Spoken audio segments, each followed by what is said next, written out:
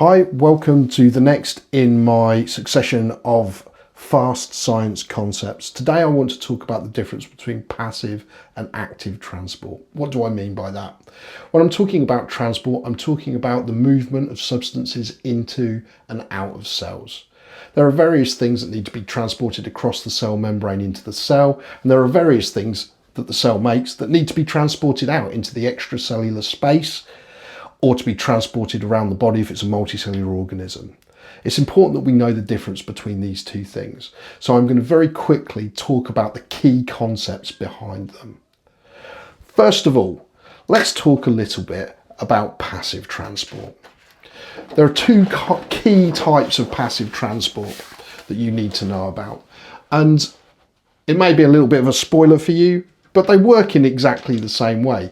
One is a special case of the other. So let's start up here by talking about passive transport.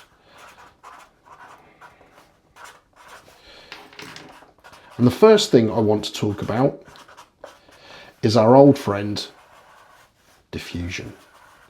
I'm going to talk about some of the key terminology and the key language that we talk about when we talk about the movement of molecules across membranes. But let's start by talking about something we're quite familiar with. We'll start with diffusion. And there's a very sort of classic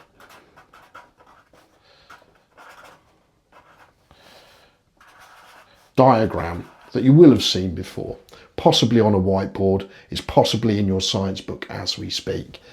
So what we have here is a molecule. It could be anything. It could be glucose. It could be an amino acid. It could be a lipid. And if you look at it here, look at all those dots, they're quite close together. And I think it would be fair to say that these are in a high concentration. So let's have a little look and let's label that as such. High concentration. They all have a tendency to move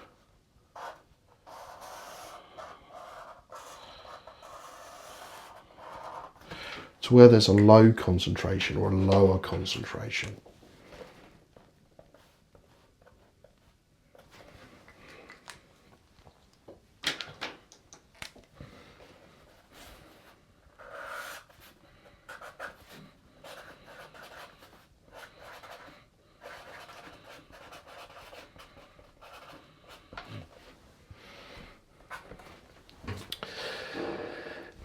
How does this happen? Okay, this is passive transport. So I've drawn this as a static diagram. The spots aren't moving. But in actuality, these molecules all have their own kinetic energy and they are all moving. And through random kinetic energy, they will spread out from where there's a lot of them to where there's fewer of them. I think it's also important at this point that I draw in here a barrier, and this barrier represents the cell membrane. Because remember, we're talking a little bit about cells here. That's really where our sphere of interest comes in. Why are these moving? Why are they useful? How are they moving into or out of a cell? In this case, it's moving into a cell.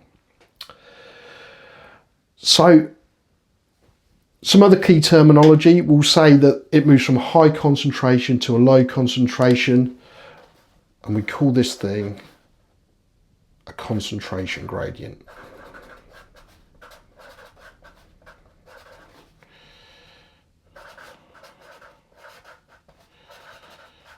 Now,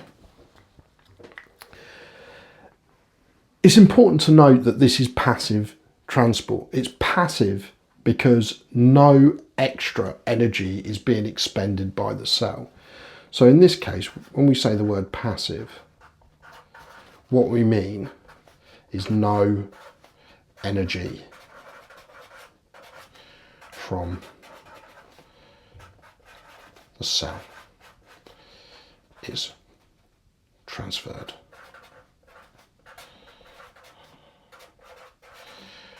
To make it happen.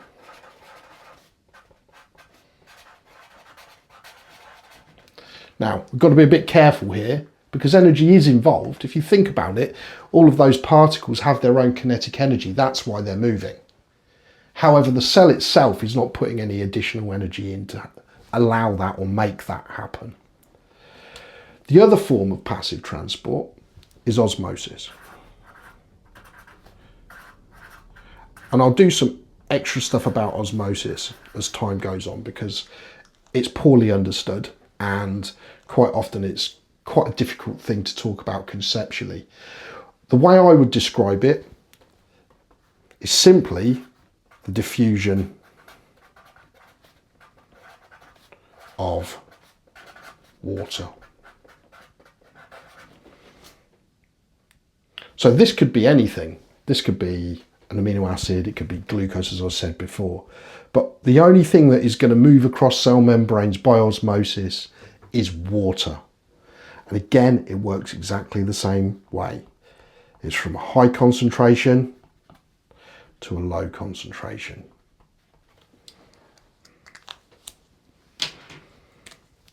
Down a concentration gradient.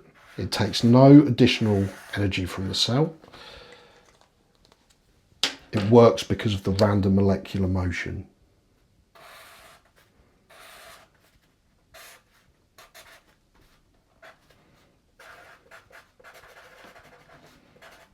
Of those particles.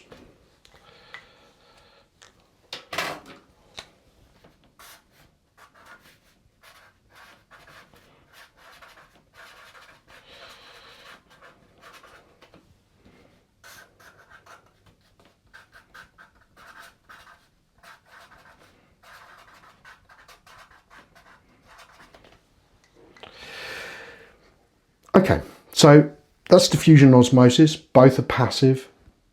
They work because those molecules or those particles have their own kinetic energy, and through random molecular motion they will move across the cell membrane from a high concentration to a low concentration. So they're moving down or with the concentration gradient.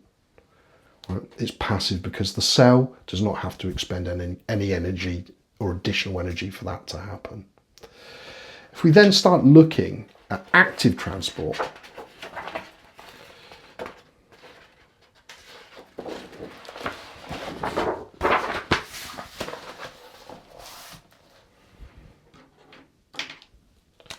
this is a slightly different situation.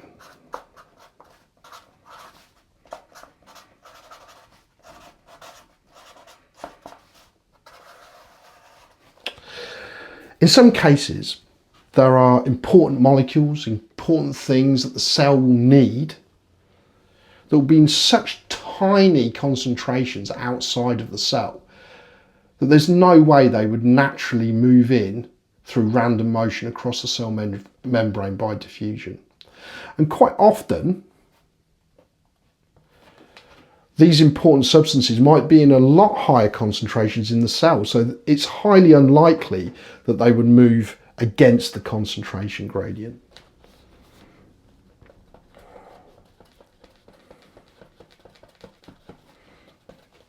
So again, we've got our particles. We've got a low concentration here.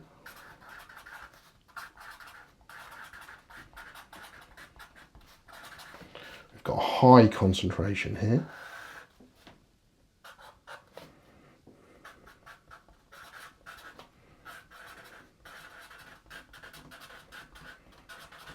And this time, the particles are moving from a low concentration to a high concentration.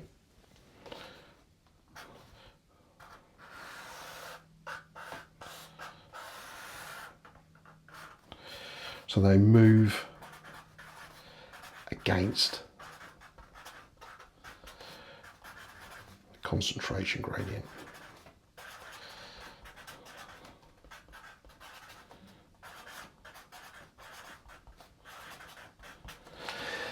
Again, I'm going to draw in the cell membrane just to remind us that that's what we're talking about.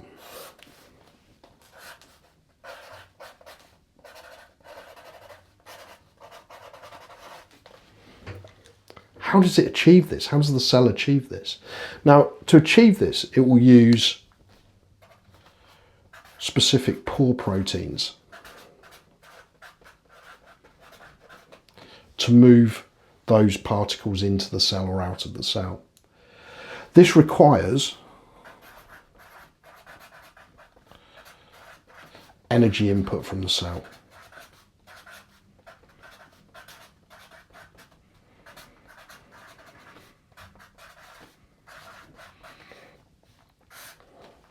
That's why it's called active transport. So in order for the cell to move against the concentration gradient, it has to put in a little bit of energy to achieve that. So those are the key differences between active and passive transport. You can apply those across biology. I hope you found that helpful, and hopefully that's a little bit punchier than the other one that I did. So I hope you find it useful.